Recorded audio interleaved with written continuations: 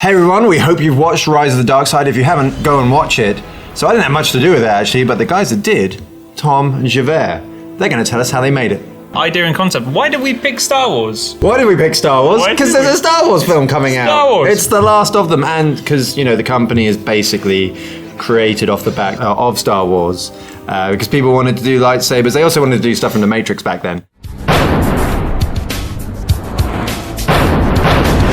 So the whole essence of why we have a 19-year-old company is because we made visual effects software so you could create Star Wars. Why did you guys pick a trailer? Well, we went through it. We discussed this a couple of times, like trying to think, what? Yeah, for a long time we were trying to think what story to tell, what shots we wanted to include, and the best way to highlight all of that was to do a trailer. Well, now actually these guys had some really great ideas about doing a short film and, you know, getting you into the character, and it takes a bit of time to get someone into a character so they care. So, you know, we said, what are all the visual effects? And then we kind of went, well, if we just cut out the gaps of story in between them and say it's a trailer, yeah, I think then you guys were free to do whatever you wanted to do. From my point of view, I was like, no, we need it really short, really tight. And I was like, oh, you know, aim for 30 seconds. And they actually got to 30 seconds, the guys did. I think actually everyone out there, once they viewed it and saw the quality of it, were like, can I have a bit more? And it's like, oh. So yeah, you know, maybe next time the guys will sit around 45 seconds, but I think it really was a good thing to try and cut it back as much as possible. After we came up with the initial shots that we wanted, we then went into a crapomatic or sizzle reel. This was a combination of like all previous existing things from games, the films, anything that we liked the look of, and just jammed it into one thing just so everyone's on the same page. Then made a storyboard to iron out all the details so everyone on set could pick it up and then take a look and be like, yeah, we know what to do. A lot of improvisation came out when you're actually on set. Javert there with the camera and where the sun is. You guys basically could do shots that you didn't know you would otherwise be able to do just because we had more available places we could use at the locations and things like that. Yeah, we had the storyboard and we had the shots that we wanted to do, but we hadn't seen the actual location. So like I have an idea of like what lens do I want to use, where do I want to be, where do I want the lights to be, but then until we actually get there, we don't know if that's going to happen. And then, you know, what Kirsty and I took the role of shouty person, aka kind of AD? Yeah, assistant director. We weren't directing, we were just going, you got 5 minutes, guys, 5 minutes. And they're like, we've barely got here. And it's like, 4 minutes, you stop talking and make the shot. Useful. If you can have someone on your set who's split up all the time and is actually keeping you to it, then you don't have to think about time, you just have to think about getting the shot. So in the trailer, you like wanted a great variety of locations that you got, but then you also need a fair variety of people for it to look like a trailer. And how did you find people who would be good, you know, because there's sort of a physicality to being a Jedi or a Sith and stuff. How did you find them? Yeah, we actually found our actors mainly from reaching out to friends, family, and people that happen to know one another. Like I had a friend who was Meg, she was on the beach run, and then everyone else we kind of sourced from just posting on Facebook. But there are a couple of groups out there. All it came down to was putting up a post and giving them your email address. Then we got contacted by about 30 people. 30 people? 30 people contacted us asking for the role, and we only used about 2 of them. Yeah, Charlotte, our Sith, she was a dancer as well, so we knew that she had that confidence with being able to move and being told what to do and stuff like that in that way. That really worked. Yeah, some people that's hard with, and we all do the mouth noises. So as you may have seen, like we had a lot of different locations in our film, and when trying to find our locations, the beach was one that we already knew of. It was a pre-existing location that was nearby, but too far to scout out originally. But because a couple of us had been there before, we could do it from memory, we knew of certain points, and because we wanted to be there very early in the morning, we knew that it was going to be quite quiet when we turned up. There was a car park and everything, which is useful. There was a car park. But the other location, you actually found it, and I had gone to it before and not been able to use it for Rebellion, which is an amazing place, and it's an underground radar bunker from the Cold War era. It's amazing. It basically looks like Star Wars down there.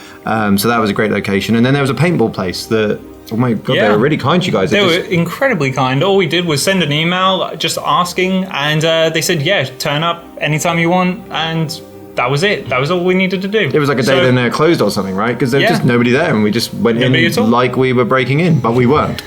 We had permission. We did have permission. And it looked great in the background as well. It's like, and it's like close by with loads of trees. Yeah. So prime example, if you don't ask, you don't get. Yeah, we'll be using those guys again. We knew that one thing we would have to make was the X-Wing cockpit. We've had some really great cardboard left over from when we did the Avengers thing with Ollie, and we made the shield and stuff. So we used the same cardboard, bought some more, a lot of hot glue and some spray paint in a confined space. Do not do this, it's not good. Well, it came out well, but you know, Kirsty helped me and Javert was in on that as well. So we were all kind of jumping in on that, but everything else was either, you know, beg, borrowed, stolen. We worked with a costume person as well, but some of the key things were stuff like this helmet. This is actually just a replica that is from their movies, from one of their toy stores. Kind of like memorabilia stuff, kind of like the lightsabers as well, which you had, Javert. And this is actually covered in grease, so my hands are pretty gross right now. And that's, because it was bright white, wasn't it? And shiny. Yeah, and super shiny, brand new, and we needed to make it look proper gritty. And dirt is always good. We use a lot of grease and dirt on the X-Wing as well. I keep pointing at it because it's just over there.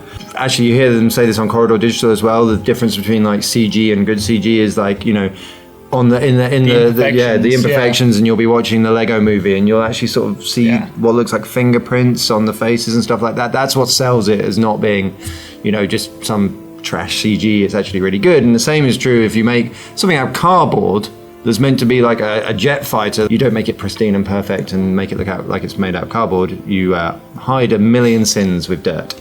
Learning to work with the Blackmagic on set. For this one, we actually bought a camera, which was the Blackmagic Pocket 6K. I had to learn to use it.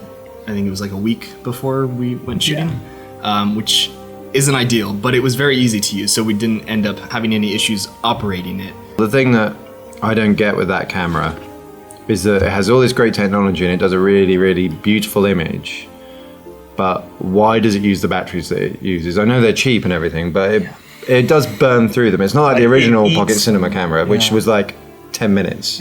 But it does burn through them, so we literally had to buy more and more and more batteries. There was a lot of hidden expense on top of what is a very good camera, and I think, you know, you can't argue with the quality for the price. And the fact that Javert could learn it, it's all touchscreen and all that kind of thing. Yeah. And it's a good screen as well. It's really big. Really big, really good. iPhone sized, yeah. Yeah, which is kind of what you need when you're going to shoot like that. What would you have wanted your cameo to be? I literally sliced in half down the middle by the Sith, and I peel away on either side. So, Javert, how do we organize ourselves? So once we had finished shooting everything, we had to move into post-production, and there were actually 3 VFX artists working on this Rise of the Dark Side. It was me, Tom, and then Calvin Serrano, who came over from Germany for 2 weeks to help out. He did the basically anything 3D, so the X-Wing shot at the end where it's flying around the space battle. He also animated the ATST as well, and then I threw that onto the beach. Yeah. And so with the X-Wing, it was the same model, but then he ripped it apart and rendered it using Blender, because he's a bit of a Blender master. And he's going to do some tutorials on our channel about how Blender was used in this. Coming next week, so do subscribe. That was maybe like my favorite shot of it. I loved everything about how you filmed it through to, because how did you film that? What was the technique? Because it looks like it's a handheld shot and everything. What was the process you went so through? we filmed that in 6K, and we had the camera on a tripod, so we didn't actually move it at all throughout the shot. We filmed it very wide, and then in post, Calvin did the camera movements. He did actually record you doing the camera movement, didn't he? Yeah. On maybe the GH5, just against a grid, so he could track it and get a natural feeling camera movement, which worked perfectly. Yeah, he'll cover that in the tutorial as well, part 2. Awesome. The other shot, and I think I only remember this because I was on set, but I saw it on Instagram, was the cool shot where you get stabbed through the chest. Oh yeah. And that was 2 shots. Fun times. That went together really well. Yeah, I kind of had completely forgotten when I watched it that was 2 completely separate shots. Yeah, the reason that was 2 shots was because it's an action shot. It's very quick, and I didn't really trust myself to get the zoom and the focus and the actual movement and composition all at once. So I was like, I'll film it in 2 and then merge them together. The thing that helped the merge was I cut out Tom. I rotoscoped him from the first shot and I put him in the second one. So it helped the merge a little bit. But it is just a fade, I believe, when the zoom out is happening. So you Mocha tracked him and cut him out that way. That's really cool. I would want that tutorial. That was like, I didn't even realize that happened in that shot. That was probably the most complex shot out of all the ones that I worked on, because there was just so much going on. There was the lightsaber, there were the sparks coming out of Tom, there was the merging of the 2 shots, the camera movement, and then it was like 2 of everything because it was the first and second. So it was like lightsaber in the first shot, lightsaber in the second one, sparks in the first, second. So it was just a lot of layers and a lot of making sure everything worked as one single shot. And then initially you had it that Calvin was just sort of sliced across the front, but then some sick person said, he needs to lose something, maybe his head. So who actually, what do you have to do to get that working? Hi, I'm the sick son of a Wow. Yeah, for that, it was just a case of going into Mocha and tracking around Calvin's head and getting a clean plate from that initial footage and then just masking out his head. I took his motion, froze it, and then animated it to kind of just flop to the floor. Yeah. There's another thing that also we had in this is obviously Blender was used by Calvin. Calvin's kind of a Blender maestro and really good at HitFilm. He was more comfortable animating it for many reasons inside Blender than he was in HitFilm, but then the final shot is all rendered in HitFilm. So space battle. Yeah, so we had to actually work out a way of getting the data other than the 3D model from Blender to HitFilm. So there is an exporter for HitFilm that we've put together. That's going to be going up on GitLab at some point, that you guys can just download it and use it and modify it and improve it so that you can get those points and lights and cameras when you made your Blender project and just throw them across to HitFilm and they'll all work with the correct orientation and stuff like that. So there's a load of shots inside this short. There's like 15 and all the titles and everything. And you had like only a couple being taken on by Calvin. How did you split up the rest between you guys? How did you work that out? We kind of just sat down and asked, what do you think you're good at? Like, Tom handled the edit because he's more of an editor, and I handled some of the light and electricity effects because that's what I enjoy doing. And then Calvin was the 3D stuff because that's what he's really good at. So we kind of just asked each other, what do you feel you're good at? What shot are you interested in taking? And then we just split it up that way. So when edit, light-based VFX, Glow master, some 3D VFX, and then grade back to you? Yes, the grade, the color grade would be, because Tom's colorblind. Tom can't see color. We're all black and white. Yeah. No. You guys tried to be really organized throughout this entire shoot, didn't you? Because you had Calvin coming over at the last minute to be involved. You knew there was a lot to get through. You're working with multiple locations and everything. So there was always spreadsheets galore during this. And then you also had all the nitty gritty stages of your post-production. It wasn't just like, got the shots completed. It was like, what stages are we at? Has it been signed off? Is it, you know, so you were really organized with it. And that, I think, compared to the ones we've done before where that level of organization hasn't been there, I think it helped everyone have a confidence in what was going to get done. I think it also helped you guys achieve more than you thought was even possible in terms of getting it all done and getting it done by the day that you were putting it out there. So it was good. It was very organized. Everyone really overachieved on this and got us back to where we needed to be. And I think the results of what these guys made speaks for itself. It's the best quality of anything that we've ever done. Set a very high benchmark for their future work.